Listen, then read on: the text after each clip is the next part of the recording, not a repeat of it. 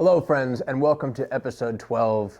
Yes, we're back with John Cooper.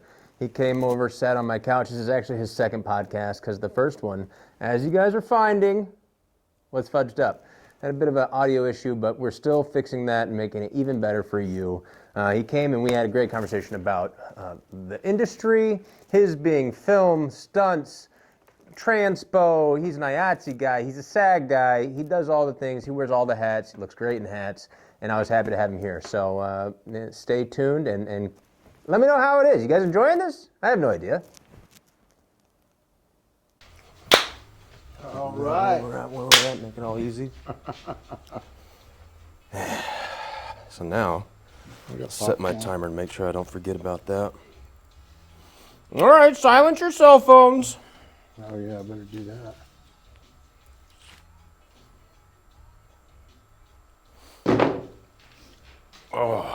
that. Computer, volume 0. And just like that, John Cooper, welcome to the show. Thank you. Yeah, your second time back on the couch, but our first time, little audio difficulties. Yeah, we had that band playing in the background. And then also a racetrack. And racetrack. Yeah. Couldn't hear anything. Right on, man. I love it. It's like just as good as the first time. If not better, hopefully. If not better. That's the idea, at least. But just an introduction for John. Background in film, background in bikes, background in driving and all things. Like, who are you? I'm John Cooper. I'm a stunt performer / beginning producer / transportation guy for films. I started, I think I went to a stunt school in 2001. Stunt school. Stunt school. What are you learning there? Algebra, yeah? Yeah, totally. No, it's actually a really cool place. I always like to say it teaches you just enough to not be an asshole on set. Uh-huh. You go there and it's like a 3-week, 6-day a week, pretty intensive deal. It's called the United Stuntmen's Association. I got a lot out of it. And you learn everything from film fighting, how to cross, your punches to make them look right, to I got lit on fire, got thrown through glass, horse work, wire work, high falls. I mean, the whole nine, driving, everything. It was a great thing for me to do. And that's a big thing with stunts in general, and then equally how you were talking about you do this / this. Like you got to do you got to wear all the hats in the business. You do, and I think it's everybody's dream. You want to be I want to be a stuntman. I'm going to be a stuntman. I don't want. You heard it here. Everybody's dream. Yeah, it is. I mean, everybody gets in. It's there cool. Like, that's what I'm going to do. And then when you get in, some people will, realize that dream and just blow it up. And some people really won't, and they'll kind of half realize it, and you make enough to. So, I'm a firm believer in diversifying. Like I came in wanting to be a stunt guy. I started in set deck of all places, and then moved over to stunts full time and did some awesome stuff. And then a friend of mine was a transpo guy, Teamster, and he said, you really need to. You're getting older, so you really need to join on the list. And I was like, no way, man, I'm gonna get. What year is this? How long ago is this? 08 maybe. How old are you at that time? Well, I just turned 54 yesterday. Oh, the day before yesterday. Happy birthday to you and Jesus. Thank you. Yeah, we're homies. And so I started in 01.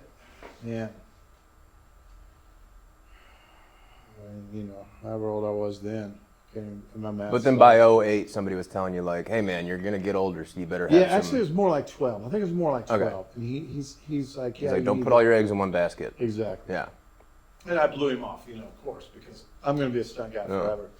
And then that didn't, that was the reality of it is you get older, they don't use old guys much. You can't move as fast. You get injured easier. And so I finally took him up on the offer and joined up on the Teamsters, and now I've been a picture car captain. I've run parts of the transportation department, and it's pretty interesting. And you make just I mean, you make good money. So. Yeah. And both of those being SAG and then equally transpo with the Teamsters. Both of those are unions that you got to put in time to be a part of, and all things considered. Yeah, the Teamsters are a little odd. They have, I mean, not odd, but they have a hierarchy system. So when you come in, you get put on a list. There's 4 of them, and you move up as time goes on. So as time went on, I moved up. Yeah. So you just put your hours in, and then is probably equal to stunts. It's all who you know. It's the network that you keep. It is, yeah. You definitely keep a network in transpo. Because there's people you do want to work for and people you don't want to work for. Mm-hmm. But when the call comes, you work. That's it. If you don't, you turn it down for whatever reason, that can put you on. Can set you for a little bit. Mm-hmm. So me, I've always been fortunate to have people I knew that knew where I was and put me in. They've been really great folks, Mm-hmm. and I've worked. I've gone and worked for people like I'm working for a guy I didn't know now, and it's great. It's fun. You on it? What are you allowed to say? What show you're on? I don't think so. All right. Yeah, I don't know. I think I signed an NDA. I can't remember. You never know. Yeah, better not say it. Okay. I'm sure it's cool though. It's gonna be cool. It's Well, then maybe I could. so. You look up John Cooper on IMDb or anything. It might be there. One thing that stands out, Anchorman. You were on that one. Anchorman too. Yeah. What were you doing there? I was a BBC news anchor. So myself and this guy named Carl Kyle and John Casino, who's, if you don't know John Casino, No, not yet.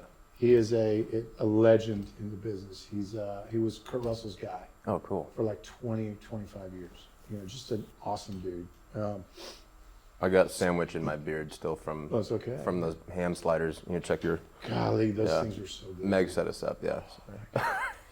And who was the other? Oh, Joanne Bernays, she's another person. So we were all Borat's, Sacha Baron Cohen's news people. So I ended up getting knighted into the British Empire by Borat, which was pretty funny.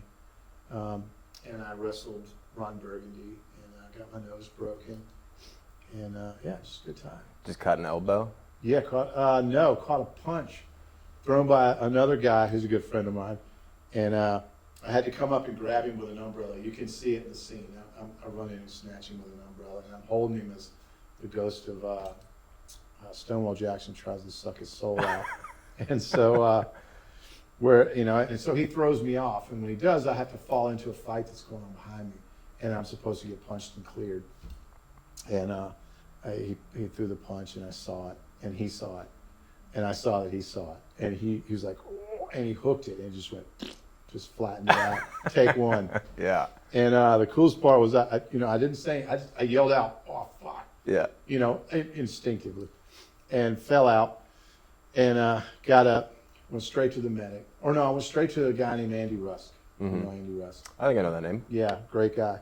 And I said, hey man, how's it look? And he goes, ooh. He goes, hold on, let me take a peek at it. Popped it back, And I went straight to the medic and shoved gauze in it, and went right back, to take 2. Black eyes.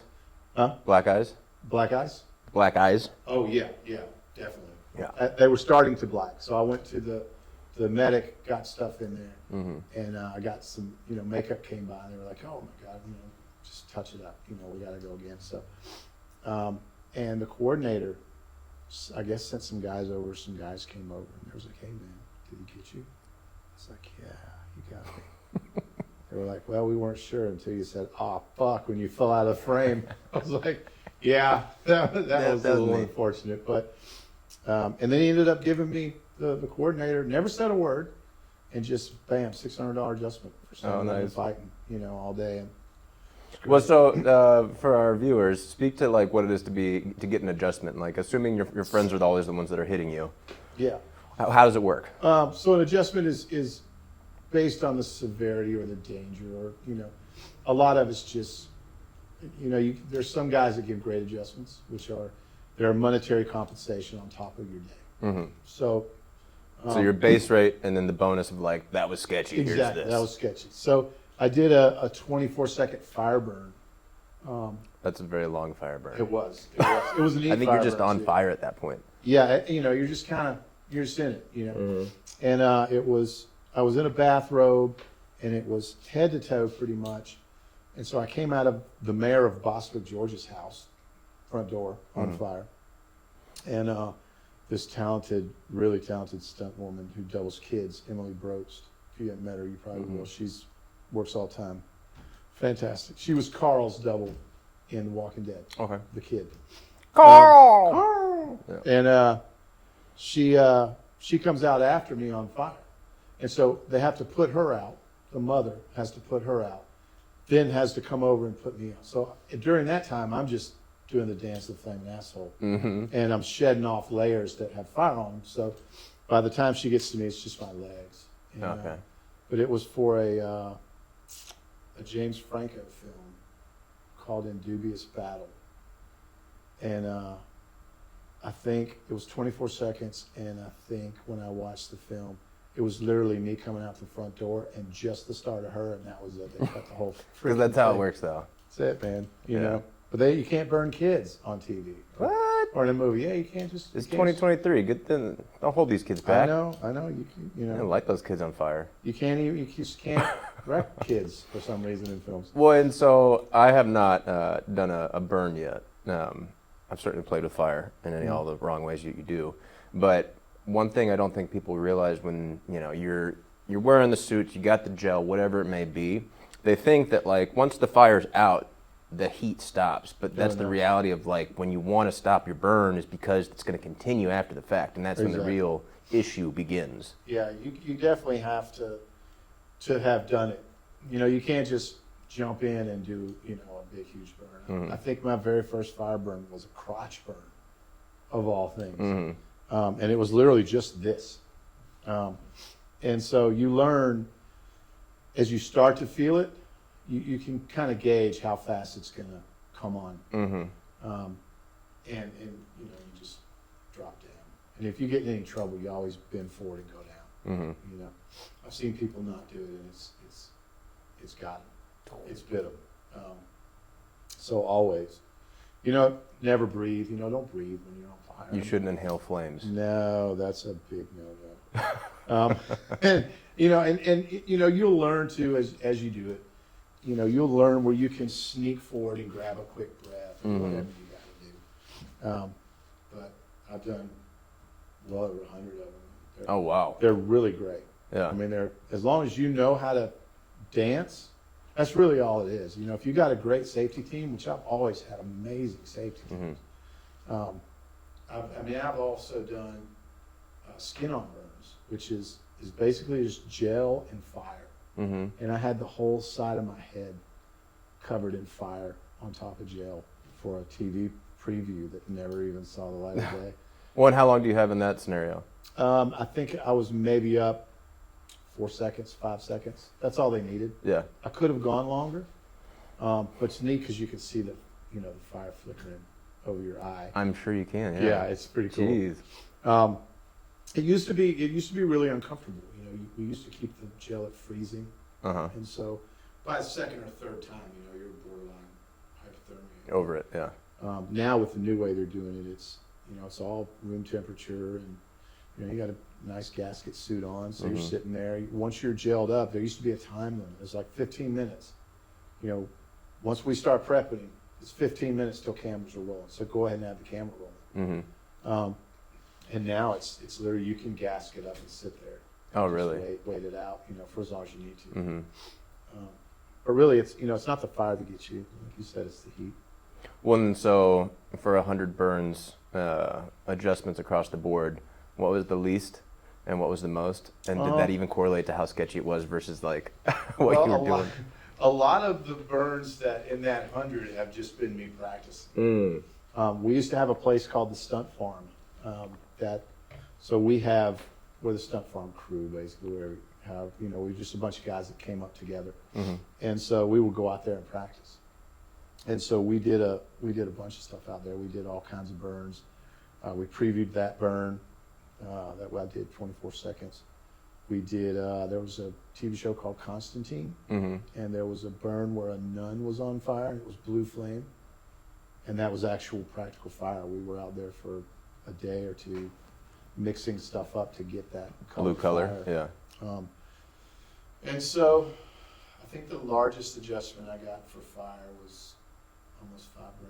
Oh shit. I think it was for the You'll handle some heat. 24-second, yeah. Yeah. The lowest, they're usually $1,000. The stuff that I've done is really, I mean, some of these guys out there, man, are doing, they have pony bottles on and they're, onboard air and all that shit. And it's crazy what they do. Yeah. The best one I ever saw, I loved it, was a movie called Maniac Cop 2. And if you watch it, it reads, if you look at the credits, it reads like a who's who of 80s hardcore stunt guys. Okay. And so it's a 7-minute fight.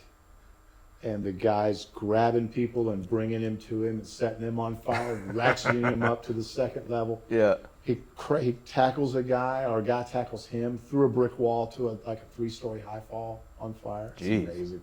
Jeez. Yeah, fantastic. Well, and so moving into it being 2023, the industry is ever evolving. Technology advances. Yeah. To be a stuntman back in the 70s, it was a bottle of whiskey and here I go, because it was a little less practical and thought out. Are we moving into a different, what's the scene, what's the landscape now? There's if you talk to the older guys versus the younger guys, you'll see a distinct line. And in the older guys, it is, you get a call from a coordinator, it's like, hey, are you available Thursday? Yes. Okay, be here Thursday. 7 a.m. is your call time. Okay, cool. And that's it. That's the whole phone call. Yeah. Nowadays it's like. Is that because I've even heard recent conversations, if you even ask what you're doing, then sometimes you're already putting somebody off. Yeah, definitely. Some of the older guys are like that still, But now it's, okay, well, are you available Thursday? Yes. Okay, what's the gag? Well, can you drive a manual? No, I can't drive a manual. If you can't drive a manual, you're not a stunt driver. End of story. What are you doing in the business? Just give it up, man. We're done. Yeah. And it's, and so you have a lot of specialists now. And that works out too, because, a lot of the specialist fight guys are amazing. Some of these dudes. They're ninjas. God almighty. That's a lot of my recent experience over the last, few years into the business is just seeing, where I feel like I fit is kind of like the every guy. I have a lot of skills, and I'd like to think I'm pretty good at most of them, but I'm not an expert at one of them. Where these guys come in, they're like, I was in the Olympics. I'm like, hell yeah, you were, dude. You're a monster. Like there's a guy, Ruben Maldonado, who's just, watching that guy is. You may as well just be watching some AI that's put a fight together, because the guy's that good. I'm not saying AI is good. AI sucks. We hate AI. I get what you're saying, though. Yeah. But he's fantastic, and the crew he runs around with are fantastic. Well, and that's like drivers. It's not that they're just oh yeah, I'm a precision driver. I've had experience in this. It's oh no, I raced, in this series. I came from this, I was in Supercross. Yes. Oh man, some of these guys. Yeah. That whole covert crew is. Well, and then is there crossover when you're working in transpo? So tell me what covert does in relation to stunts, and then equally filming and what that world looks like. So covert is when you see you see the cars. And I know you know this, but I'm saying it for the audience. Please do. When you see the cars with the big arms on top, the Russian arms is what they call them, or the Ukraine arms, the Ukraines, or whatever they changed them to. That's covert. A lot of times, sometimes you'll see it's covert. There's a bunch of companies that do it, but in my opinion, covert does the best. I'm a little biased on that. But see you, Regis. Yep, Regis. Oh yeah. Or I'm there. Yeah, I'm looking at the wrong camera. But yeah, they do it. Hey, the you best. still got a red light here? Yeah, I do. We're doing. We're gold. But yeah, they do it the greatest. And Regis came from. He was Andy Harrington. He was a motocross guy, back in the 90s. And so he just started this platform of a camera bike, and the camera bike morphed into, cars and stuff like that. And he's pulled in some amazing talent that drives his equipment. And then I got to drive all his equipment around, being the guy that hauled it everywhere. When you're coming in on a covert shoot, are you coming in as a transpo guy, or are you coming in as a stunt? I never came in as a stunt guy. Okay.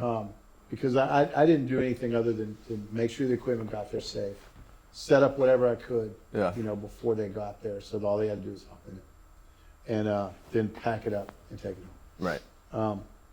I came in as a transpo guy on a couple shows. Came in as a covert guy on a show, and then and the strike and all that stuff. Mm-hmm. And so yeah, it's a niche. The problem with it is you have to deal sometimes with different unions, being like going out of state. You have to deal with another. I'm a 728 Teamster, so I would have to deal with a New Orleans Teamster, and they want to drive the stuff. So there's jurisdictional stuff that goes along with a lot of that. But as soon as you tell them, hey, there's about $1.5 million sitting in the back of this trailer, you want to be responsible for it. Yeah. You're welcome to it. And they're like, oh, I don't really want to do it. Well, and that's where maybe the personal relationship takes precedence, where they're like, if you trust you more, let's let that be the scenario. Yeah. Exactly. And I think that too, but a lot of times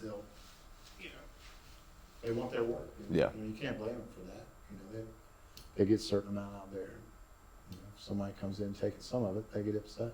So then when you talk picture car stuff, are you also possessing picture cars at this point, or are you just managing them? I manage the ones on set. So you'll have a... Do you know where you're pulling them from? Do you do any of that, like sourcing? Or I did some sourcing, yeah. I did some sourcing. Mostly the way it works is you'll have your transportation coordinator and then your transportation captain. And then they'll hire in the picture car coordinator and the captain. So the coordinator works the office and behind the scenes and all that, and the captain works set. So the captain is the guy who's going and talking to the creatives and the higher ups when you're on set, which is all fine and dandy until you're dealing with them in hour 13 when everything's gone off the rails and your car doesn't start. Then it becomes stressful. But all that goes back to prep. Like how did you get your cars set before you send them to set? Yeah. So luckily I've had a really good transportation or picture car coordinator that I worked for. And he was just anal retentive and nailed it, every single time. Well, because that's not generally the theme. Like, you hear enough stories about, like, you're going to, you could practice on your drift car all day, but you're not going to show up to set and get a drift car. They're going to give you the biggest hoopty. Oh, my God, dude. I've had cars blow up on me in the middle of shots. But then it's your fault. Sometimes it is. So here's the going thing is usually when something happens with a stunt driver, they blame the picture car. No matter what's going on. Oh man, I crashed into that building. It was a picture car. Yeah. It was his totally fault. So that's where I have a little better understanding because I was a stunt driver. And now I'm a picture car guy. I know what stunts needs in their cars. And they trust who I am because they know who I am when they show up. They're like, oh shit, we're gonna crap your picture. Oh, it's John. Okay. So then I'll go ahead and try and liaison between that. So, but ultimately, as a picture car guy, you try and get the best car you can for the money they're letting you have, and and what art department wants. That's the other thing. It's just like picking stunt guys. You got, all right, we want a car for our hero. Okay, well, what do you want? Oh, we want a truck. So you got to lay out 8, 9 trucks, and then they're like, yeah, well, now we don't want a truck. We want an SUV. All right, well, shit, here's 8, 9 SUVs. And it just goes and goes and goes until finally, the day before you're ready to shoot, you're like, all right, what are we going to do? Well, we want the truck again. Shit, that truck's gone. Yeah. Now you got to scramble and find another one. So then you get it on set and you haven't had time to prep it properly.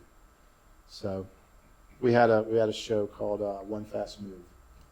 I don't know if you've heard of that. Have you heard of that? This sounds familiar, but there's so many fast and... Oh, okay. Yeah, we had the Triumph motorcycles. Fantastic, fun time, man. We had rode Atlanta. We love Triumph. Oh, we love Triumph. We love Triumph. They took care of us. I mean, they really did. Yeah. You remember who you worked with from Triumph, or was that? Oh God, damn it! You'd asked me his name. We'll just assume he was a great guy. Oh no, it's the guy who used to Current? Brian Okay, I think he was previous, yeah.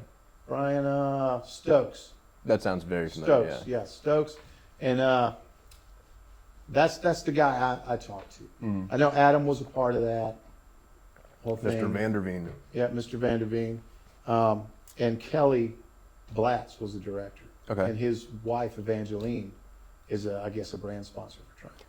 Evangeline sounds familiar. Yeah, and Okay. so we had them there, and oh man, Triumph really hooked us up. So we had Road Atlanta, we had AMS, we had multiple picture bikes that we had to go and get.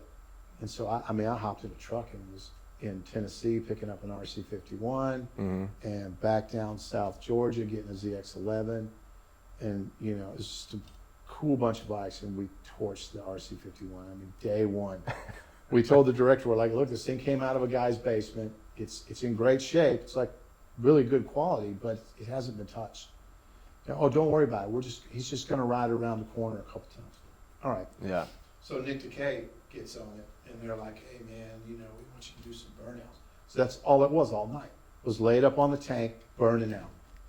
And I'm like, shit, this bike's not going to hold together. And so... Just redline the whole time? Yeah, of course. We go to change the tire, pull the wheel off, the cush drive just comes out in powder, right? And, you know, it's 4 a.m. And I'm like, all right, well, that bike's done. There's nothing we can do with that. And where are we going to find a cush drive for an RC51 before, 5 p.m. the next day? And so we had Opie Kaler was his name. He owns a bike shop up in, I want to say it's up in Marietta. So he held the fastest lap time at Road Atlanta. Like the guys, he was a racer. He was our racing coordinator. Okay. And so I called him and I'm like, dude, they blew out the cush drive on the RC. Is there any way you can find one? He goes, give me 15 minutes. I said, okay. Calls me back like 13 minutes later. He goes, I got one. There you go. Where do you have one? He goes, I had one on the shelf. Yeah. Get out of here. Of course. Dude. So we had the bike back up and fixed and burning out the whole rest of the next night. Blew up another bike. Yep. But you know what? It made it out. Motor-wise, it made it out. We had 2, and that's another thing when you get on set. If you see multiples of anything, it's done. It's crashed. That was on Fast 7. We had multiple Chargers, multiple freaking Maseratis. Is it your fault that we have all these Chargers around Atlanta for Fast 7? Everybody's got one now. Well, these were 69s. Oh, okay. These were like the ones you don't want to see crash. Correct. Okay. The Chargers you want to see crash are all over 285. Yeah. You'll hear one going by pretty soon here. Yeah. Hellcats and whatever. Oh God. And so so we ended up crashing both of our ZX11s. We crashed the RC51. We had a second unit director that kind of went off the rails and drilled a bunch of holes in this race plastics that. For a mount or something? Yes, for camera mounts that Triumph had sent, and they had them custom painted, overnighted. They were for their new what is that street bike they had like 2 years ago? It was a sweet bike. I actually think I picked one up in Pittsburgh and wrote it down for them. Yeah, that you might have. Yeah. Well, they had race plastics sent over, all custom painted, hand painted, and everything. And we got to Road Atlanta. And shows up the second unit guy with holes drilled all in one of the plastics. I got an idea. We're like, dude, what are you doing? Yeah. And I don't know really all what happened with that scenario, but the bikes held out, and we had all these, and we just had extra bikes. They just told us find a bunch of bikes, race bikes. Mm-hmm. So we were on Marketplace just buying up race bikes left and right. Yeah. And half of them made it through, and 1 or 2 did not. Until I have a solution for Cam C here, our wide guy. Repeat. Oh, it gets 30 minutes. Gotcha. It's got a 30-minute automatic shutoff. The first time I ran it, I did a test with Elliot, which is coming out next week. I realized when I went into post that C-Cam just stopped. And so then, unfortunately, I have 2 others. But I may even at some point just transition to just 2 cameras in general. Yeah. Just for the sake of socials and things like that, because, they force you into so many of these vertical platforms these days that a wide frame is just going to show the door. And so then I'm like, all right, maybe I'll just stay off. And then everybody be crammed in the middle. So, but it's all something I'm just trying to learn and navigate as it comes. But you're getting your podcast going? Tell me about this. Yeah, it's still in the early stages. But This is still in the early stages. I mean, no, it's like in the earlier than you stages. Okay. I haven't gotten a name for it yet, but it's. You got one name for it. Well, I got one name for it, and it may stick. Yeah. But Johnny's Poop Shack, and it's literally movie reviews for when you only have about 5 minutes on the toilet. Mm-hmm. So that's all I ever take on the toilet. Nothing longer than that. Sometimes, my legs definitely don't go numb. But sometimes I get up and there's no moving out of it. But yeah, so and you're watching Lord of the Rings all of a sudden. If I get through a whole movie of Lord of the Rings on the toilet, I'm never getting up. Yeah. Call the fire department. So yeah, it's just 3 to 5 minute short forms. I mean, I've been doing movie reviews for years. Mm-hmm. They're on my Facebook page. Are you reviewing the movie itself, or from a stuntman's perspective? Both. Yeah. So I have the movie from my perspective, and I've actually had guys. I've had somebody say, well, what do you know about fighting? And you've only got so many credits. It's like, MFer, I am a 45-year veteran of movie watching. Yeah. I may not be the best fight guy, but I can certainly tell when you biffed it. So I do that, and I score them, based on the amount of neon they have, because if you don't have any neon in your movie, it's automatically. I'm into it. Yeah, it's automatically bad. Even if it's, a movie that didn't have neon. Yeah. You better have some in there. Am I getting a good grade just for having one in the background here? You are, yeah, definitely. Okay. And you have these. Come on. Hey, shout out to Alan D'Antoni. We put together out. some magic here. So yeah, I do that, and I have my butt pain score. Okay. Does my butt fall asleep? And if it does, it's a bad movie. Plain and simple. From our conversations we've had about it, it'll be describe the setup. Like, so if we're in a basement here, what does yours look like? It's a porta-john. A porta-john. A porta-john, and the intros every time I walk to the porta-john are basically how bad the movie was. So if I'm straddling and waddling to the thing at a quick pace, you can just tell it's bad. Yeah. Now, granted, I'm not really taking a poo during these. Oh, it's not. I'm not anyone's authentic. watching, no. I'm out. Unless it just happens to be. But and there'll be guests. I'll have guest folks that happen to be on one other side of the porta-john, doing their own thing, because porta-johns are four-sided. Yeah. And yeah, so that's it. And then there may be another one where I've got some interesting friends, so much like yourself. Mm-hmm. So it won't compete with this podcast. Hey, we all rise with the tides. We all rise, but I want you to rise. This has been a long time coming, and even figuring it out as it goes and rolls out. It's curious because with algorithms and things you're gaming, or even I understand, if you don't personally know me and you just happen upon my podcast, you're gonna be like, what is this about? Like, there's no concise or clear focus to it yet, because obviously it's from my perspective, it's people I know and my experiences, but if you don't know me or my brand, then it's just everywhere. And so I feel like that's part of what has to continue to happen, is a little more cohesion. I say that, you say that, but think about it, man. You have the people you have on are from so many different places and walks of life and stuff, that anybody who, even if they know you're not, they can find something. Mm-hmm. You know what I mean? They can be like, oh, you know what, this guy's... Well, and so that's personally what I think, but then, when you do research or talk to this person, that person, not that we need to listen to everything, but I'm good at hitting knobs, turning cameras, and having conversations. But then, as far as the metrics and the marketing and You're terrible with that. well, then I'm just like, I'm just gonna keep throwing stuff at the wall and see when it sticks. But And then, I mean, then when you find something that boom grabs you a whole lot, and but I mean, have fun with it until you find. so out. far, so good. And then have fun with it after you find out. Yeah, and a lot of the post processes come together to be a lot easier, so that makes it less daunting for me to sit and have a conversation for an hour with a buddy that I'm like, goes Yeah, together then you pretty got to quick. spend 2 or 3 to get it Yeah. to where you want it. Yeah, but even now, sorry to interrupt. You see these like little short form like you would do on your poop. My poop.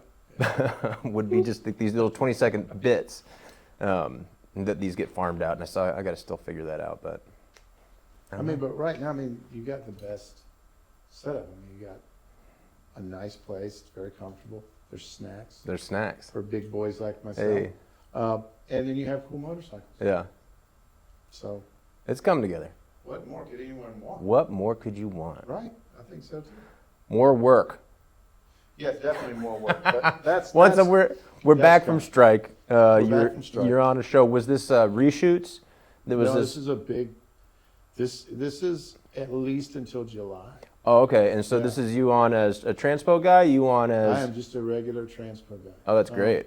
I took whatever I could get. Mm-hmm. Because I mean, hell, we've been out for 6 months. Mm-hmm. So I'm driving a forklift. That's great. Brainless. I'm with a construction department. They're all from my hometown, in Okay. Athens. Athens, Georgia. Is that Go Dogs? That's not a go dog. Oh, I don't I'm know. not a football guy.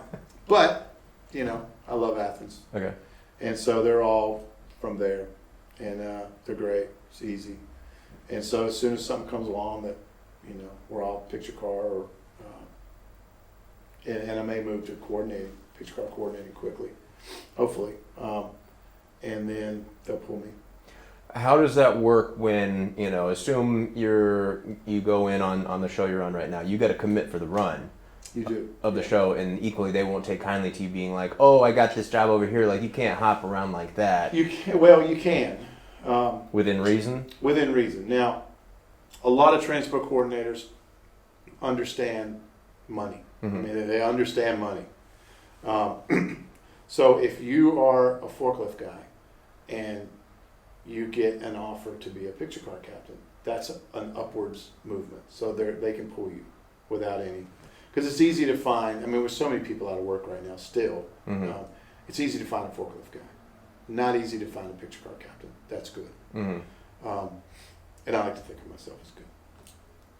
So they can do that, no problem. Now, if I wanted to go do a stunt day, that's a little trickier. Mm-hmm. And I've had coordinators that'll let me go do them. And I always say, hey, I've got an offer to go, do a day here or a week here. And the money is so much greater to do that, which after the first of the year with the Teamster rates go up, it may not be as advantageous. But the problem is, you don't get residuals as a Teamster. Mm. You get residuals however long they're going to be here still. You get them for stunt work. So, I mean, I did one day on a show and I've made probably 30 to 50 grand in residual Woo! for that one show. One It day was on the show? One day as a covering stunt coordinator. And it was just a gift that keeps on giving. Wow. I mean, What was it the movie? It was called Paper Towns. I don't even know what that is. It's a cute little, and man, romantic comedies Whew. and low budget horror. Yeah. That's where your money comes from. So if you can get on and max those things out, Yeah. I mean, Well, so that's something that I think a lot of people wouldn't understand either is with residuals. Yeah. Stunt people getting residuals, there's so many different factors that affect your pool that you'll be pulling from. yes. And then equally the time on the show, how many people are in that pool. How many people in the pool is and then is even the if biggest.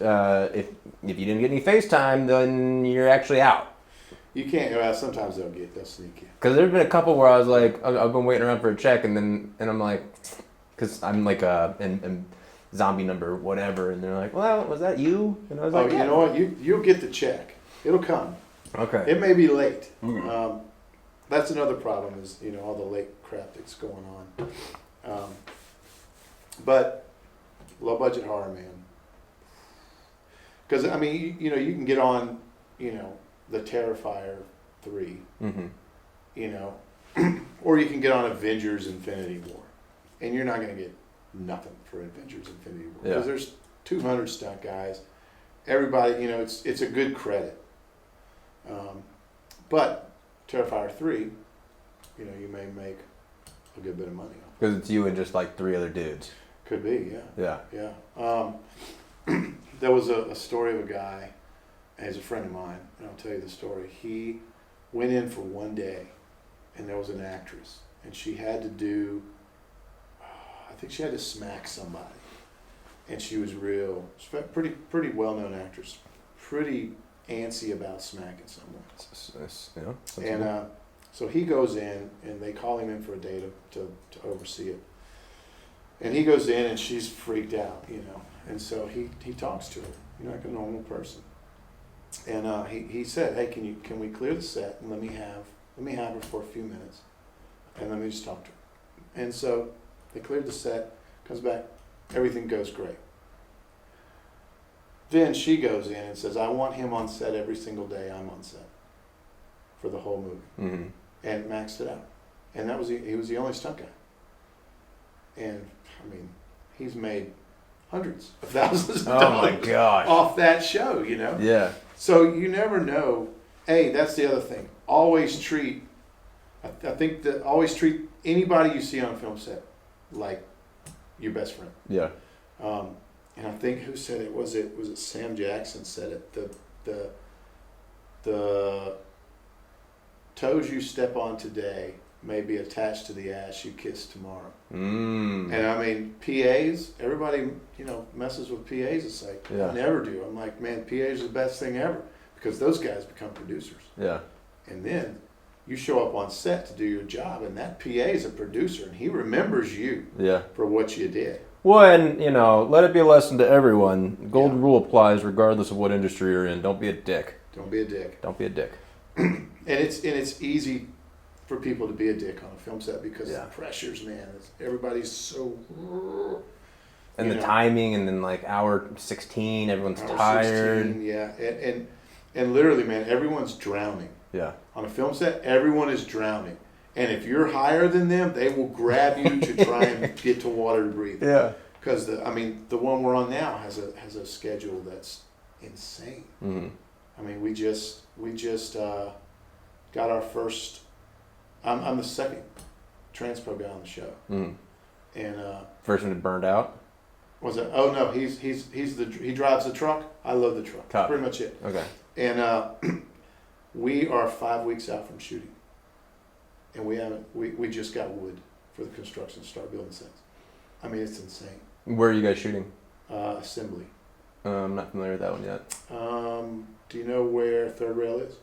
Yes. The big one, new one they just built. Okay. Right there that has the big New York City facade. All right.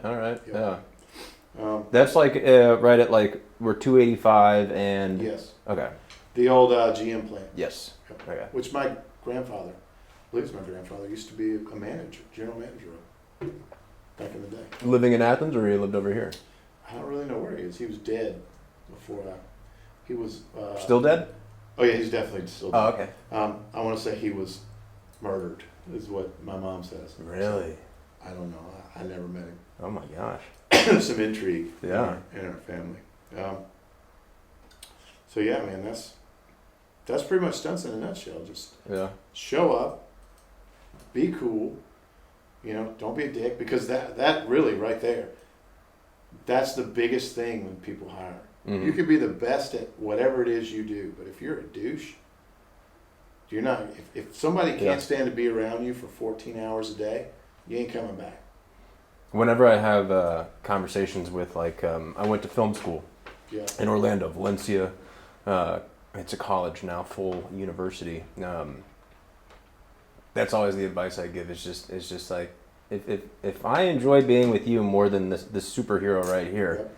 I'm gonna hire you 9 times out of 10 just because 10 times out of 10. 10 times out of 10, yeah. I mean, I know guys that in the early days that were incredibly talented.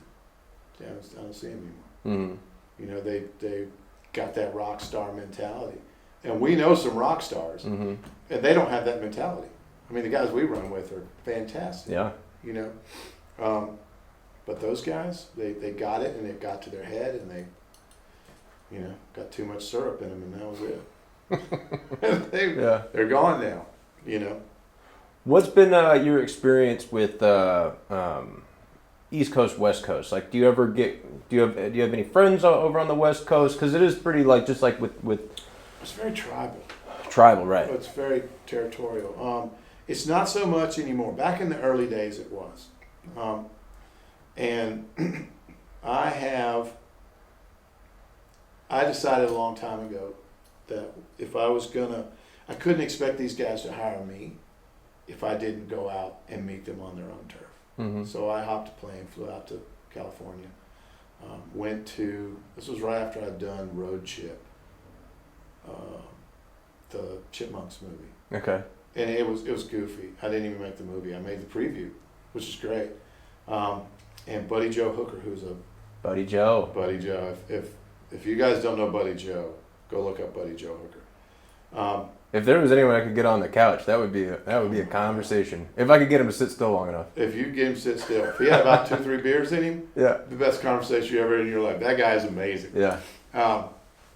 And he had rear-ended me in a car, and so I went out there, and it was the summer hustle. I can't remember what year it was, but I didn't know anybody. I think I knew Anna Mendez, who I went to the hustle with, and I got there, and it's just wall to wall. I mean, it's just like a Georgia hustle, you know. Okay. There's just hundreds of people there, and so the first table I go to is Buddy Joe, and I walk, you know, I wait in line, and I get there, and I'm like, "Hey, Buddy Joe, I'm John Cooper." He goes, "Johnny, I remember you." I mean, we had just worked together, and he's lit, you know, he's lit up, and he gets up, shuts his line down, basically, takes me by the arm, and walks me to every single coordinator. "This is Johnny Cooper. He's my good friend from Georgia. All right. Man, you guys ought to hire this guy. He's awesome." You know, I mean, it's amazing. Yeah. You know, it was a great. And so I met some folks out there, and a lot of my work in the early days came from L.A. Mm-hmm. And it wasn't because I knew them. It just happened out that way. But my tafting, I got tafted, which Taft-Hartley, Right. if the guys don't know what that is to be in SAG, you have to be in a SAG film. But to be in a SAG film, you have to be in SAG. Mm-hmm. So it's really kind of a catch-22.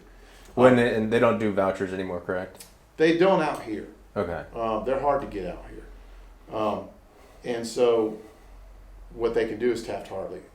And so they say, "Oh, well, you know what? I need this guy because he may look like, you know, the guy I'm acting, the guy I'm doubling. So I need him." So now you're automatically put in this, you're made SAG eligible. Mm-hmm. Then you can work 2 more projects, you got to join SAG. So I had started, back in the day, I started Southeast Drift Association with my brother. And we held drift events up and down the East Coast. So some of the stunt guys knew who I was. In the area, there was probably 8 of us, you know, 9 of us back then. And so one of the guys called. And he said, "Hey, I'm going to taft you. I got a stunt driving job for you." I'm like, "Hell yeah, Yeah. man, this is awesome. What do I got to do?" He goes, "This is the best. You're going to love it." I said, "Okay, killer. What is it?" He goes, "You're going to be in a car, and you're going to drive at 25 miles an hour, 15 miles an hour, I can't remember." He goes, "In a straight line." I said, "Yeah." He goes, "And that's all you're going to do. You're the last guy in line." I'm like, "All right, Yeah. Sounds great. You're right. I do love it." So I went out there, and I was far away from the action, just in a car, and got tafted. Mm-hmm. And Scott Dale did that. And from then on, you know, I kind of moved on.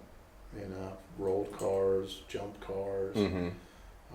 Jumped off buildings, and jumped out of a train, moving train. Where'd that happen? That happened at this yard. That was the same movie that I was on fire in. Okay. Previous battle, yeah. And so we had... Profitable movie for you. It was a very good movie for me. Thank you, Jennifer Badger. We were in the train, and there were 3 of us. And so we had to get the train. I think the train was going about 8 miles an hour, and we did it at some railroad museum. Okay. Right outside of town. And I think it was 8 miles an hour. It wasn't anything, too crazy. And James Franco kicked us out, basically.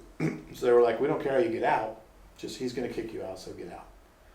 I was like, "All right." So my brain is like, "I don't want to jump face first out of this stupid train. Screw that shit." And I'm like, "So what would a hobo do?" So I went and watched a couple of hobo videos that I found on YouTube. Okay. And I'm like, "Well, these guys are pretty lazy, All right, cool." So I walked when they kicked us out. Is that your character? You were like a hobo on the train? I was just a hobo on the train. Okay. Yeah. And so I walked up. The 2 guys that were in there with me, they hucked it. I mean, they just flew out. Good for them. Yeah, awesome. I loved it. I loved watching them eat it. And so I just squatted. Straight to dirt? Straight to gravel and dirt. Woo! Yeah, it was because the train hits you about right here. Right. So it was a good, 5.5 foot drop down there. And then it was an off camber with the gravel. Mm-hmm. And so they landed and ate it. And I just I kind of squatted down and hopped out and ran it out. I had my little stick with the bandana. I was shaking. And we got done with the first take. And coordinator's like, "That was great." She goes, "John, that's exactly what they would do." She said, "You guys, y'all gonna have to keep doing that." And they were like, "Man, we should do it like you." I'm like, "You can't, man. It's continuity, bro. You've already done it one way the first time. You get to jumping out of that train." Mm-hmm. And so we jumped out of that train probably 5 times. And I don't think the movie ever did really well. I'm not familiar with it, yeah. Yeah, it was a fun movie. Good bunch of people on that one. When you're jumping around in the business and whether it's transport or whatever, specific to right now, we're coming back in after the strike. Mm-hmm. There was a big drought of content created, media, movies, television wasn't being made. Yeah. And so now we're launching back into it in such a way. And mind you, this is me as the starving stunt man. That's like, we're gonna be busy, right? Like, is it fair to assume that there's just gonna be so much work that even your green guys, are gonna have opportunities abound? Yeah, there will be opportunities. It's gonna blow up. Now there's still the boogeyman on the horizon of, the negotiations between Teamsters and IATSE and the AMPTP, but I'm not really worried about it too much. You are in an excellent position because of the company you keep. Mm-hmm. I mean, that's the thing. It's you've met these guys and you're friends with them, and that's the main thing. Mm-hmm. You know what I mean? So many people in this business are so fake. They're like, "Oh man, what in Hollywood?" Right? No way. Yeah, in Yollywood too. Yeah. But they see all those guys working, and they're like, "Man, I need to go get with them. Get with them." But you can smell those people a mile out. It's like, you're only coming over here because you want work. No, and so you're not like that, and they can see it. Everybody can see. All the people in that group are just friends. You all hang out, you do stuff. So that's the way. I mean, if you want to succeed in the business, you just got to find the right people that you want to be around, not because you want work. Yeah. That'd be shooting yourself in the foot. You come around for the work and you're like, "Wow, I really don't like these people." Yeah, exactly. And then they'll vouch for you. Yeah. And then you come on set and you're a hodad. It's like, why do I vouch for this guy? So, that happens a lot. There's one guy. I'm not going to say his name. Save it for your podcast. Yeah. I'm not going to say his name, but I mean he's well known, and you know what? He's done some great stuff. He's a talented guy, and he's not bad to be around with on set. But he's always like angling and scheming and you know, trying to get to work. He was in one of my favorite commercials too, which was crazy. But he called once. I was covering set out in Monroe, which is, you know, way out east of town, and I was just sitting in my trailer. You know, there wasn't much to do at that point in the day, and I get a call. He's like, "Hey man, how are you?" I'm like, "Pretty good." You know, I've only got one call from this guy ever, and that was to ask me to do something for him. You know, I had a driving spot, and he wanted to do some stunt he wanted to film, so we did it, and I never heard from him again. And then he calls up.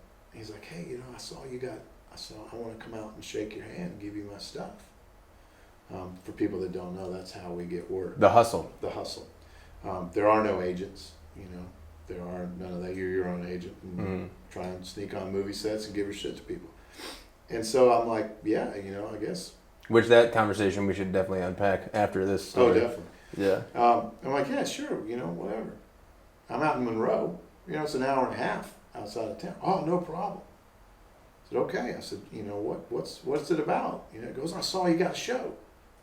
It's like, really? What show would that be? He goes, oh, Sleepy Hollow. And I'm like, I don't have Sleepy Hollow. And he says, yeah, it's right here. It says John Copeman. And I'm like, yeah, not John Cooper. And he goes, click. Oh, no. To his credit, he fumbled through for a little bit. And I said, hey, man, you know, you still want to come out?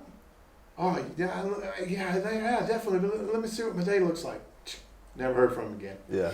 I saw him, you know, like 3 years later or something at a gym. You know, but, you know, he's got a family, you know, he's hustling, he's doing what everybody else does. But the hustle. So the hustle is you make your resume and you make it as juicy as you can, you know, within reason. You know, that's my thing. I never lie. Right. And I've lost out plenty of work because people will ask me if I can do something. And if I'm not 100% sure, I'm like, I'm not 100% sure. You know, I'll be more than happy if you can't find anybody. But this guy does it better, you know. And I've given lots of CDL work, you know, truck driving work to another guy in town, Jay Pearson, you know, because I know he could do it better or I'm on something else. So, you know, I try and be as helpful as I can. And, but you take that and then really you know, back in the days before the pandemic, it was literally you're combing through the stunt contact, which is defunct at the moment. Stand by. Actually, continue. Oh, this is a long one. Yeah, I love it. This is how I anticipate, how I want them to be is a long-form conversation that's casual and comfortable. I love it. And fully fleshed out, where it's not like at Barber it was just so much like, all right, thanks for coming, all right, Yeah. you know. So this is You don't want to be like Rebel Moon. Yeah. It's the worst movie I've ever seen.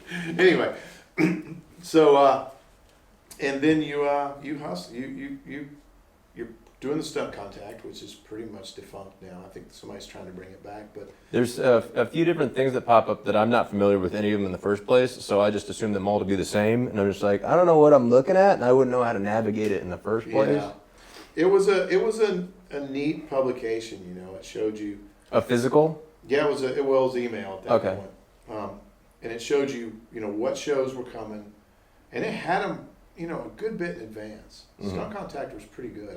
I don't know why it went down, but Who was running that?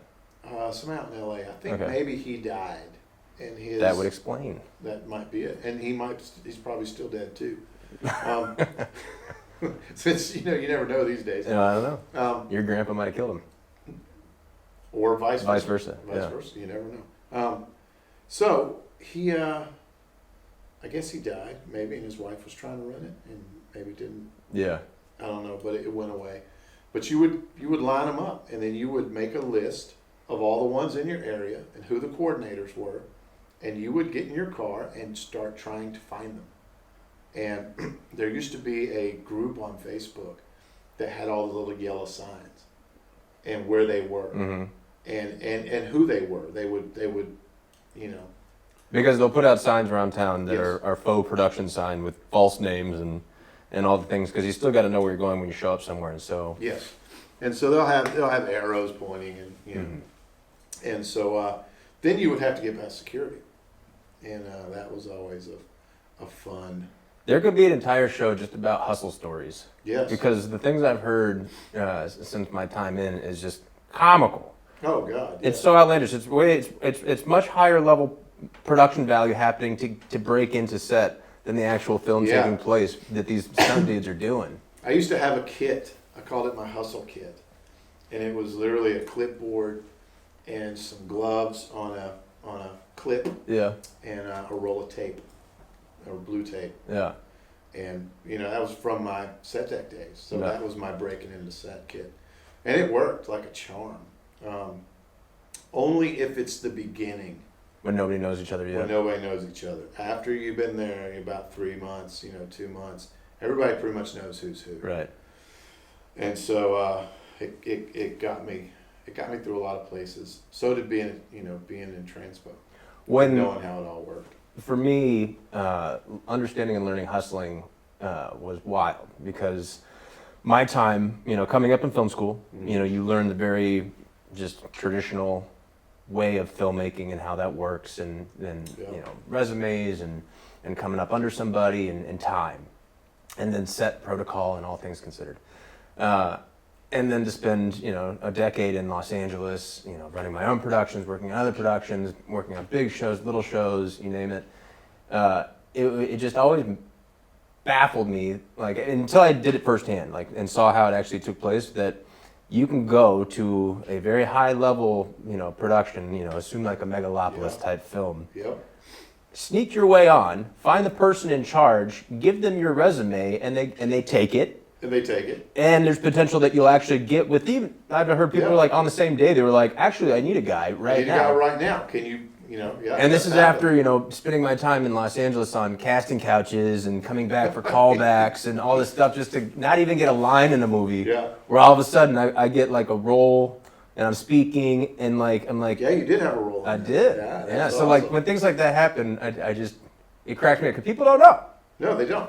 And it's still a secret. Don't share. But Fortune favors the bold. yeah, in this industry. that is accurate. Yeah. And you have to, you have to look. There used to be a guy. He's dead now, but I read all his books. A guy named Richard Marcinko. Mm. If you know who he is. He created SEAL Team 6. Okay.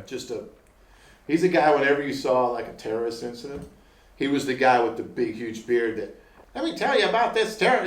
That was that guy. Mm. And he taught me a valuable lesson. And it was, if you look like you belong, 90% of the people think you belong. That's it. Mhm. It's that simple. And so if you show up on set and you're not getting anybody's way and you're moving around and you know some people, then everyone assumes you belong there. Yeah. If you get there and you're like, Yeah. like you're scared. You look lost. Yeah, you look like you shouldn't be here. Yeah. So yeah, we had there was a funny story when we were doing Anchorman, Mm. and I love telling this story because it's great. So we're doing the big news anchor fight, and we're in this homeless park in downtown Atlanta. It's where all the homeless kind of gather, and they've cleaned it out so that we could film down there.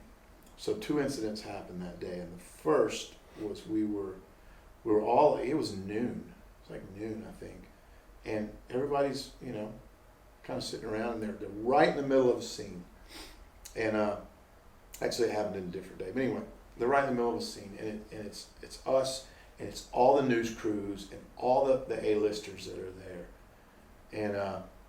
and they call action, and I think the line was, well, the Lord told me that's all Will Ferrell got out. And this homeless guy pops up out of the bushes. And he'd been asleep under this bush all damn morning. He's like, well, the Lord told me I was going to die in the street. And then he just starts walking. And he walks right through set, and the director's on his little elevated chair. He's like, go with it. And Will Ferrell like dealt with this guy. And the guy never once looked at anybody, just talked to him. Will was talking to him, and he's talked right on out of the damn set. Damn. You know? And the second one, we were doing a big fight. And I mean, there's guys in three-piece suits, and we've all got these spears and axes and tennis rackets and all this other bullshit that they've given us. And we're standing there, we're not in the middle of a shot, and all of a sudden this dude comes running like around this building, and he's like full blown terror, just hauling. And he's not really looking at what's happening. And so when he gets to jump up in the park, he stops and he sees that there's an entire film crew there, and it's not loaded with homeless people. And he stops, and this lady comes around, and she's chasing him, and she just goes, bam, and punches him right in the temple. And dude goes down like a wet fish, and she whips out a knife and is about, so when she hit him, we all moved towards them. And we're stabbing putting our weapons and shit in between her and him, and there's two other guys that come up and they're trying to punch him. And it turns out it was a trans person, and he had purse snatched her in the underground. Okay. And just Atlanta Underground? Yeah, and then made out to try and lose her in the park, and lost his ass in the film set. Yeah. You know, and it's just like, and the director's furious. You know, he's like, guys, when I say I need a tight lockup, I need a tight fucking lockup. That was actually someone's hustle. Oh, yeah, exactly. They were showing you their grit. It was a They go, four-person scene. Oh, that would have been wonderful. Yeah. God, it would have been good. But yeah, that's a little funny story we had. When I came to Atlanta, the idea of hustling being fresh to me, and you know, getting into the scene and the network that it is as it is now.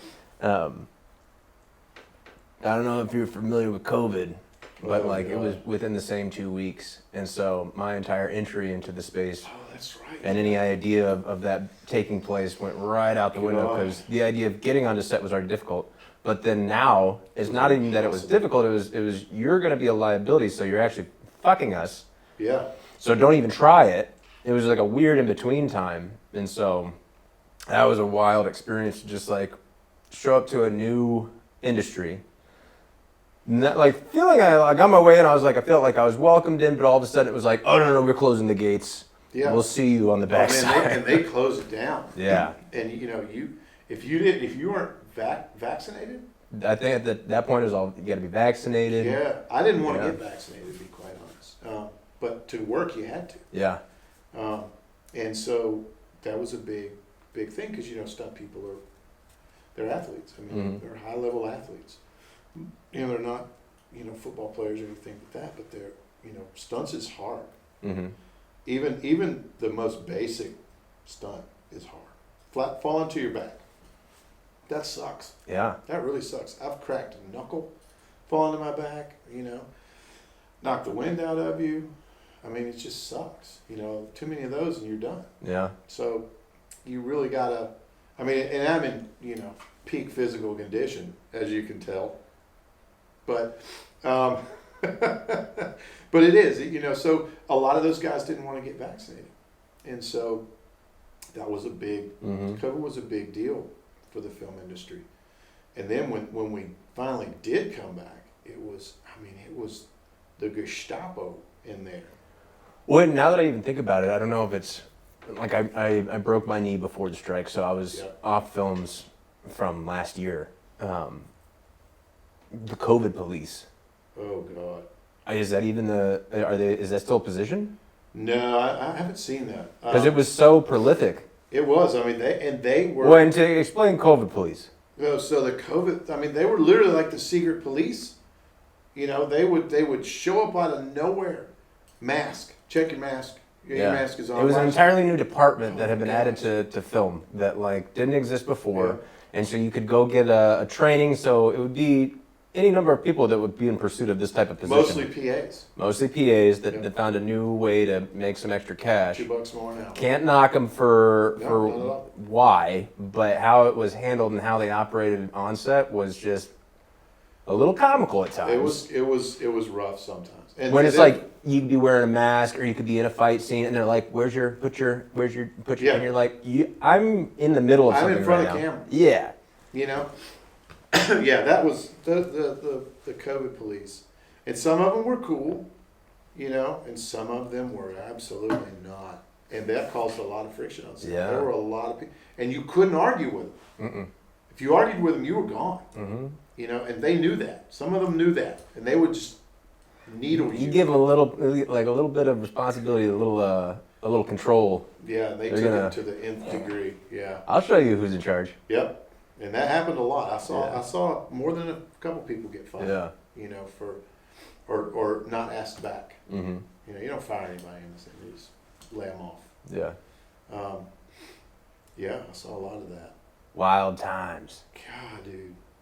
I can't- So, what do you imagine the forecast of our next? You know, we've navigated a handful of these.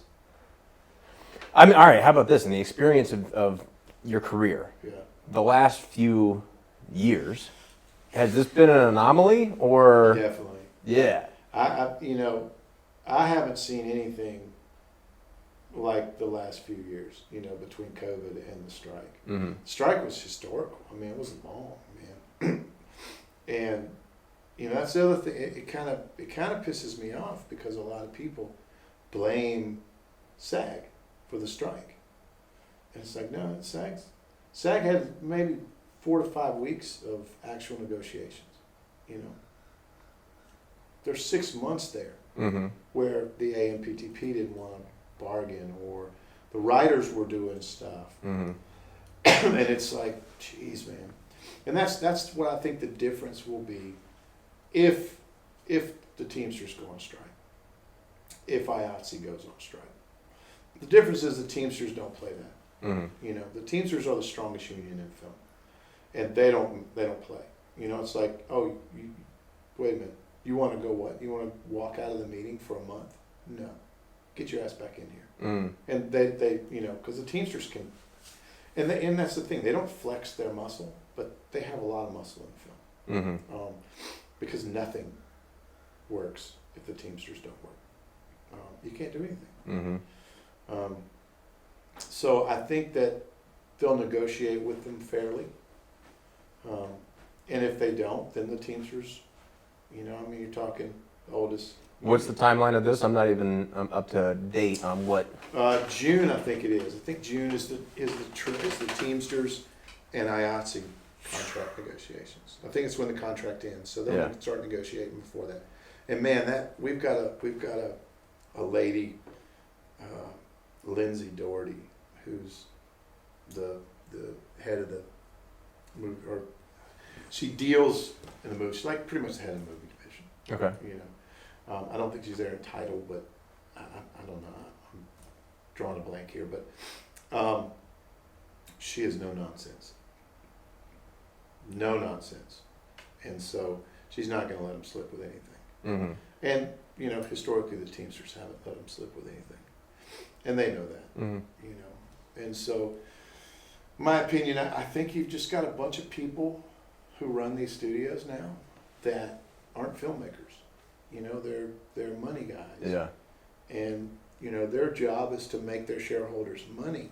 And I think their shareholders are starting to realize, I mean, look at Disney, man. Was it $1 billion down or something right now? Mm-hmm. I mean, Warner Brothers, all those. It says Bob Iger is exhausted. Oh, he's exhausted. Oh, Oh. poor Bob. Poor Bob. Fuck Bob Iger. Get him on your couch so we can punch him in his face. Guy's a turd. And the sad part is he's a movie guy. He likes movies.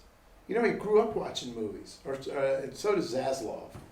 Zaslav's another one. That name just makes me want to spit. You know what I mean?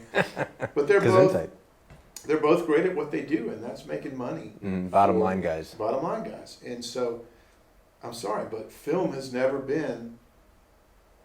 I mean, it's a bottom line thing, but it's never really been a bottom line thing. If that makes sense. I mean, you make a budget, you want to stick to that budget. But we all know. I mean, I've seen drapes get made for a set, $50,000 for a set of drapes, you know, for the whole set. after the decorator picked the fabric, picked everything, didn't like it. Trash. 50 grand more. There's never a hard no in film, you know. And these guys are hard no guys. And hard no guys never work in film. They're always, phased out. If you tell somebody hard no on set, you're not back. Would you then say a lot of these films, like, I mean, when you're in art, when in the business of art, you can't really be chasing the dollar, because then you're not really making art. You're just kind of farming out. You're pandering, much like we're doing with a lot of these films right now that are flopping. God. You could be spending all the money, and you think you have the blueprint of how to succeed into this thing, but like it's lacking the art of it. That it's like, well, that's not gonna go. It's not. What's the toss up? I don't know, man. I think people should just make movies for the soul of the movie, for the spirit of the movie. How many more superhero movies are we gonna get before we can get back to like some good storytelling? I don't know, man. No offense. No, I mean no offense, but stop fucking up superhero films. Yeah. I think the best three, the best last three, the best superhero film I've seen lately, the latest good one was Ragnarok. That was it. I enjoyed the Suicide Squad. I worked on it 5 weeks. I loved it when I saw it. I think the first Suicide Squad and David Ayers. I've met David Ayers. Worked with him on it was called Breacher, but it ended up being, it was an Arnold Schwarzenegger film. David Ayers is a fantastic guy. He's a Navy vet. I'm a Navy vet. You look like a seaman. And so, but yeah, so that Ragnarok was the best, and then before that was the Guardians. And really, nothing since Iron Man 1 was really that good anymore. And so they Icarused themselves. They flew too close to the sun, tried to make too much out of it, and they did the same thing with Star Wars. They alienated their fan base and made fun of them, and they were putting out garbage and then making fun of the fans who didn't like it. Right. It's like, well, that's first. Bite the hand. It's right. It's a surefire way to fuck that up. But yeah, I mean, in my opinion, and I'm just John Cooper, I think Bob Iger should be brought up on charges. Well, that's a statement. And the reason I say that is because he's taken at the helm. He's the helm. I mean, he's the guy. Taken two of the most valuable IPs in history. Indiana Jones and Star Wars, and destroyed them, run them into the ground. Yeah. I mean, how many millions and millions of dollars have they lost? Yeah. I mean, if I was a shareholder, that'd be the first thing I'd be doing. I'd be like, dude, where's my lawyer? Because you're losing me tons of money. Or it looks like they're losing him tons of money. When Indiana Jones, like, it's one of the biggest flops. Oh God, it's horrible. Yeah. Yeah, it was. I mean, the Kingdom of the Crystal Skulls was a dumpster fire of a movie. But not like Rebel Moon. Back to Rebel Moon. I can't get away from that movie. It is the worst movie I've ever seen. I was actually, Meg, my beautiful partner, I think it's Preview Popped Up or something like that. And that's with, who's the gal in it? She was the knife-legged girl from Kingsman. I want to say Scarlett. No, it's not Scarlett. She's, I can't remember her name. Whatever. She was like, I want to go see that. Because I was trying to figure out with the SAG card that I just got in the mail. Yeah. After being a member for Congratulations. almost 2 years, I'm like, guys, where's this at? I'm official. Nice. There's certain theaters you can get free tickets. Well, you don't have to watch it in a theater. Because they're going to send us some screeners? It's Netflix. Oh, is it? Well, Netflix just caught on that I don't live at the address associated with the account. Ah, boo. I know. So now I got to sign up for another service. Yeah. Damn it. Either way, we'll catch on Rebel Moon somewhere, so I can. Yeah, it's bad. Bad? It is all that is wrong with movies today. Okay. Um, Hit me with the points here. and I don't want to sound like, one of those guys. Those guys. But it panders, it is sloppy. Mm-hmm. And the thing I think that made me the most mad were the fights were awful. Oh, really? God, they were awful. And the guys that did them are not awful. Yeah. By any stretch of the imagination. So I want to say it was the editors, because the editors are the biggest enemy of stunt fighting. They will take your beautifully crafted, amazing fight and just take a shit in it. Yeah. And put it on screen. The biggest crap thing is shaky cam. Mm-hmm. I don't know why. Like the added digital? Well, no. So the shaky cam it first started in, what was that? I think it was that Matt Damon spy thriller. Bourne. Bourne. The first Bourne Identity. So what they do is you have a fight going on, and they just kind of shake the camera to make it look like there's action going on. Yeah. And in the Bourne Identity, they hid every single piss poor fight in the Bourne Identity. Mm. There's not hardly a single punch that lands in there. That's what I hate. If you're gonna throw a punch, make it land on camera. Mm-hmm. It's got to cross the guy's face. If it stops here and you put a flash, and then it's out here, you failed. Yeah. In 100, and so the shaky cam came, and then the creative editing, and there's a brilliant. You can look it up on YouTube. It's amazing. It's Liam Neeson climbing a fence, right? And it's I want to say it's the first. What was that? What was that movie he was in where? Damn it. I'm drawing blanks on these movies today. Where he has a certain set of skills. Taken. Yes, Taken. I think it was the first Taken. He's losing his daughter. He needs to. I mean, he's help. 70, and he's nice. Met him on Anchorman 2. He was in our big fight. But it's literally 32 cuts of him going up and over a fence. It is. It is. It's exactly what it is. It's smash, like they cuts, and it looks like shit. That'll make you nauseous. Oh my God, it's garbage. And I want to say there's a video on YouTube of like 2 hours of it. Mm-hmm. Just back to back for 2 hours. Just climb the fence. It's that bad that someone took their time to make Well, it then, 2 hours. I mean, as I see previews made, and as I see a lot of this new fight style come in with shaky cam, how much responsibility is on the DP operator versus how much is it the stunt? Like, because I've heard people say like, oh, well, you need to help the camera to help sell it. And it's like, well, if you sell it, I don't need to sell it. Exactly. And so now I'm just doing sloppy filmmaking where you're not doing what you should be doing. But so many of these previews now where it's like the camera, fourth wall is getting hit. Yeah. The problem I think is that you have a lot of non-action oriented directors trying to direct action. And a lot of times that's also, if you've been on set and you've had a stunt and they push it to the end of the day. You got a red light? No. Oop. Where do we lose that?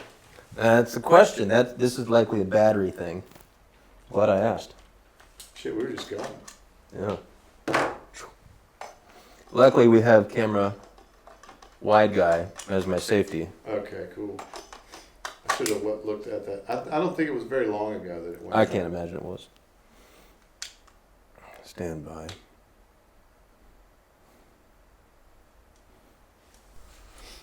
Back in somewhere. Yeah, there it is. So you have non-action directors directing action, and as you've been on set, everybody's suffered from it. You'll have a stunt, and they'll push it and push it and push it to the end of the night, and they, because the director doesn't care. They don't care about action. They want the story, and so then you're rushed. You're rushed through this dangerous shit, and trying not to get hurt. when you're 3 a.m. on a freaking Friday. Right. So that's the biggest danger. Stunt coordinators and fight choreographers, they do the best they can, and all the guys I've worked with have just done the best. I mean, they're fantastic fight guys. I don't know if you ever met Greg Rementer. The name's very, very familiar, but I can't say that I've... So, my favorite stunt. Haven't had the pleasure. Great guy. My favorite stunt in all of film history, which is going to sound weird, but this is the one I like. Atomic Blonde. There's a guy that gets killed and falls backwards down the steps. And he falls from here to like here onto stone steps. That's Greg. That was the hardest hit I've ever seen. Just straight back. Dead man. Yeah.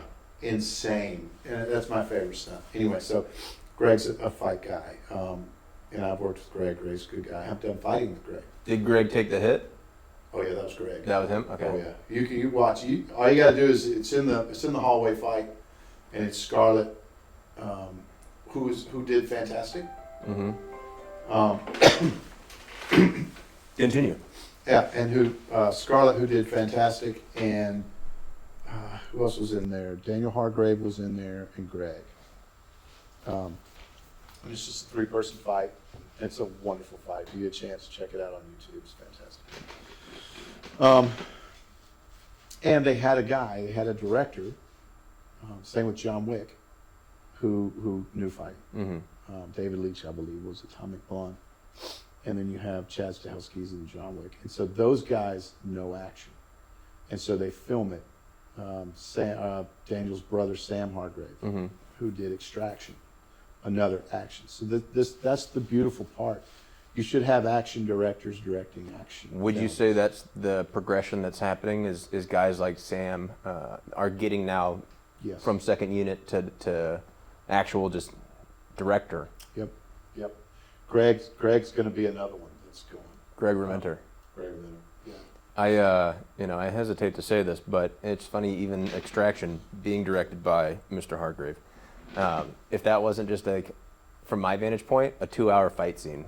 Yeah. Where I was like, well, I'm exhausted. Yeah. I've been on edge the whole time. And some of the camera work, like in the cars where he's sitting on, if you look at behind the scenes, he's sitting on a chair bolted to the front of a car. Yeah. And he's like this far off the car in front of him. Oh, I believe it. I mean, those guys, John Wick now has just gotten a little goofy. Still not, fight scenes are still good, but it's really just a 2-hour fight scene. It's kind of crazy. But the first John Wick was fantastic. It had story.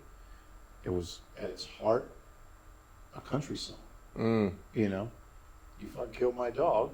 Yeah, I'm gonna kill you. That's a country song. Yeah. My wife died. You killed my dog, and now I'm gonna kill you. That's really a country song. So, and then Bullet Train was another good one. Another good action film. Greg was involved in. Well, and just recently I haven't worked with him yet, but through Alan D'Antoni meeting Dave McCumber. Oh, Dave's fantastic. To hear him download what a fight scene and how it plays out, where that's so much part of the story when they're directing or how they're putting it together, is that every punch is part of a dialogue that's taking place. Character development. It's character development. And so even how the punch is thrown, if it's their type of martial art or like the attention to detail that some of these guys put into it, versus just like, and it's a fight. Yeah.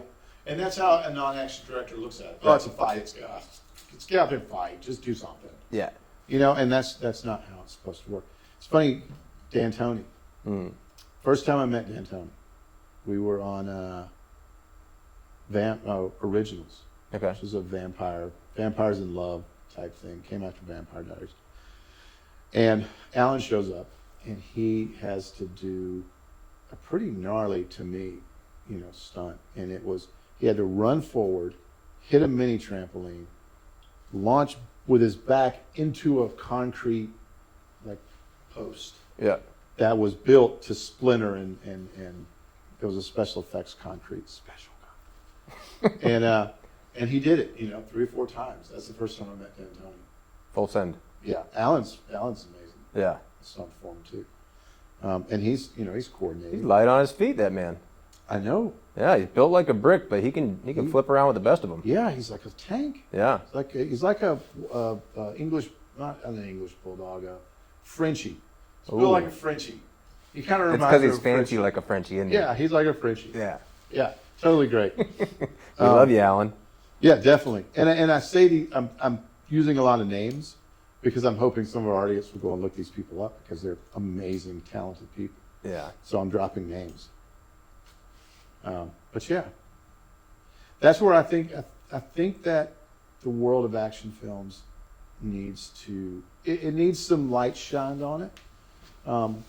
Like there's a big push now for. So here's a good tidbit for our audience. There's no Oscar for stunts. I mean, stunts is the only major portion of a film crew that doesn't get stunts. I mean, drapers, people who make drapes get an Oscar. Music Well, so gets this an is Oscar. my question. At what point, because I've heard the same conversation and I see it from both sides in the sense that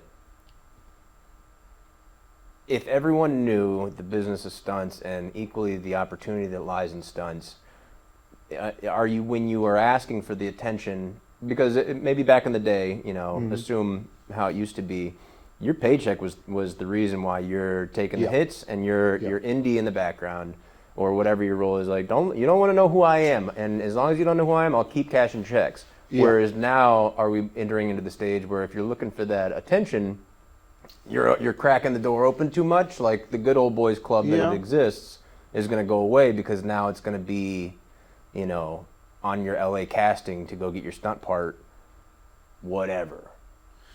Yes, but that's where I think the compromise lies in that the coordinator gets the Oscar. And I think that's where kind of everybody's thought process is, at least mine is. Like, I don't want you to see me. You know what I mean? I like having my face on camera. It's fun. I can point it out to my friends and my mom. Look how I am. But in the other sense, like if I'm on an ND day, which is nondescript, which means you're just a guy in the crowd, and I get killed, I've always been told and taught and learned two things. One, die with your face away from camera, because that way you can come back the next day, because if they see you, if somebody sees you and then 2 scenes later you died in the first scene, then you're back as another henchman. Once you're burned. You're burned. And 2, die comfortably. Right? That's the first rule. If you're going to get killed, whenever the way you land comfortably. Yeah. Because odds are you're going to be fucking laying there for the next 6 hours. And I did that on that movie with David Ayers. And I got shot, and I fell down in the most ridiculously awkward position. And I was like, all right, well, next thing you know, 6 hours later, it's 42 degrees. I'm laying there in a pool of blood. And, thank goodness, Jennifer Badger again, got me a roll of paper towels. And so between takes, I would slide it out from under the car, lay it under my head. It's like, oh, God. Slide it back in, But yeah, die comfortably. And so luckily, I ended up laying there for, I want to say it was about 4 hours. I don't think it was about 6 hours. But then a certain action star who's aging now couldn't step over me without looking at me. No, I'm sorry. I died that way first. I died behind the car. And What's his name? Sharnold Schwarzenegger. Got it. I can't say. Yeah, I don't want to Sure. throw the man out for not being able to step over me without his eyes down. But he's, he's, come on, man. He's lived a great life. He's awesome. He's still a great guy. He just, he wants to spot his feet so he doesn't trip. And so then I fell and died comfortably the next go. But the first time I died very uncomfortably, and I think my legs were up under me. And I was trying to look cool. Yeah.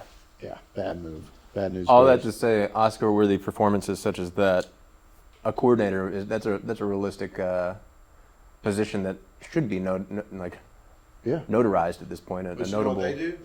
They don't care. Yeah. He did what. Are they having to do another take because of him? No. Okay, then fine. He's fine. I don't care how he looks. Well, and then at this stage too, with the kind of changing of guard as every, people age out and people grow up into new positions, the people in coordinating positions and fight coordinating and even second unit directing, it's still the old guard. Would you say that's fair? Not so much. No. You still have your big name guys, Buddy Joe, Eddie Braun, Jack Gill. You still have those guys that are still doing big stuff. But a lot of the smaller stuff now is starting to go to the Alan D'Antonis. And, David Morzo is another fantastic stunt coordinator. These are local guys. I'm not sure of around the country guys because I don't really work for some of them that much anymore. But yeah, the work's trickling down because there's tons of productions, so they got to have tons of stunt coordinators. Yeah. And then sometimes you have coordinators that run 2 or 3 shows at once. But I don't know how much producers like that. Just depends on how much is on the docket to do. But yeah, it's opening up. But you still, the old guys. I mean, a lot of them in their 70s. And so I think fight choreography has really taken off for a lot of people. McComber being one of them. He's, his fight work is, and a lot of coordinators are seeing how valuable that is. And so they're, his work's picking up. He's well known in the fight game. And he'll move on. He'll be a director. I'm sure of it. If he's not already second unit directing, I'd be surprised. But he'll definitely be a regular director at some point. Yeah. And that's what I think, because I've seen the work ethic of guys like Rementer and D'Antoni and these guys. And they're there. I mean, when they're on set, they're in it to win it 110%. And then I've seen some of these directors that they bring in to do these movies that have done a music video or have, done some small thing that just happened to take off, and they suck.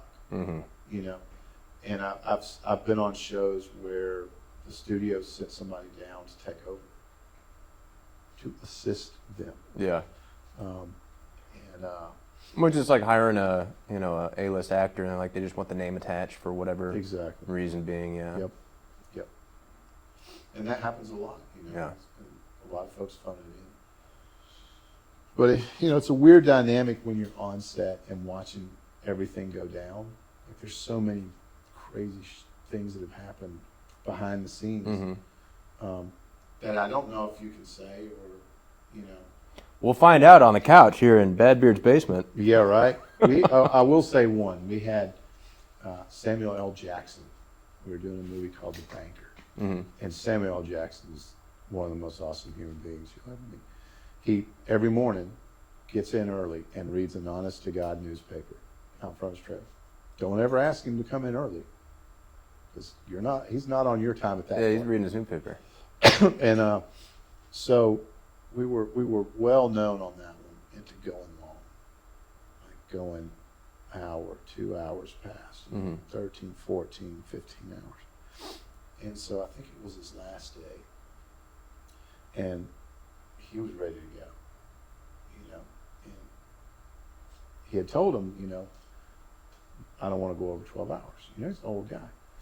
And so they went over, and I think it was about hour 13 or 14, and he stood up in the middle of the set. Who the fuck do I need to talk to get the fuck out of here? And everything stopped. And they looked at him, he goes, they were like, that's a wrap on Sam. And he smiled and put his stuff, real nice, got up, walked out. But professional, the guy was great. Everything about him, all his performances, everything. Behind the scenes, he was the nicest guy to PAs, never upset. It was a fun. That was a fun movie too. I think Anthony Mackie was in that. Yeah. Well, I look forward to a lot more of those conversations here on the show. Ah, And- yeah, man. And as it airs out, and I kind of find my rhythm, and then equally as people learn and hopefully see or hear the show at some point, they'll see an opportunity and having fun with it themselves. But Definitely. grateful for you coming back out Dude, on thanks a for having second me, man. time. I love this. I love this. Just give gabbing, you know. I love Gib Gab. Yeah. I will talk shit with the rest of them. And we're gonna have you talk a lot more shit. And then one thing too that we're doing now, and I'm just now remembering and how we're gonna operate it. I'm gonna have you sign this table to close us out. I got a few other of my guests, but I want to get your marker. Definitely. Make it official. This is Alan's desk that he donated to the show. I love it. Yeah, pick wherever. You don't need to be by got the it right others. here. Yeah, I love that. Right next to the bills I accumulated during our strike. Nobody's gonna know who that is. They'll be like, who's rapping? I Princess? know. Well, that's it, and I appreciate thank you. I appreciate your I time. love it. Thank you so much. And we'll have you back again for sure. For sure. Yeah. And that's that. That's a wrap.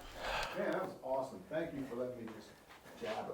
Well, that's equally part of my practice with what this is finding my voice in it to